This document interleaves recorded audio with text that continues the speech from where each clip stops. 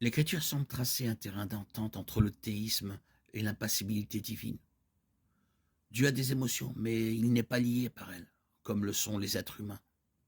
Les émotions de Dieu sont plus que simplement anthropomorphiques. Dieu peut être affligé, mais il n'est jamais paralysé par le chagrin. Dieu peut être en colère, mais il ne perd pas son sang-froid. Dieu peut être déçu par nos choix, mais ces choix ne le prennent pas par surprise. Le caractère fondamental de Dieu ne change pas, mais il peut interagir avec des êtres humains changeants et répondre à nos choix dans le temps et l'espace, même s'il existe en dehors de ces dimensions. Bien que sa nature et son caractère restent les mêmes, la façon dont il nous répond peut différer selon la situation. Il répond toujours d'une manière cohérente avec ses autres attributs.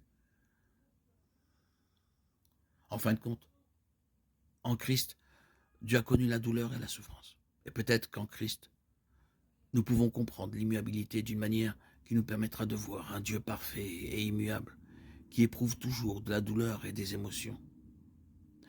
Hébreux 13.8 dit « Jésus-Christ est le même hier, aujourd'hui et éternellement ». Nous savons que Jésus a changé.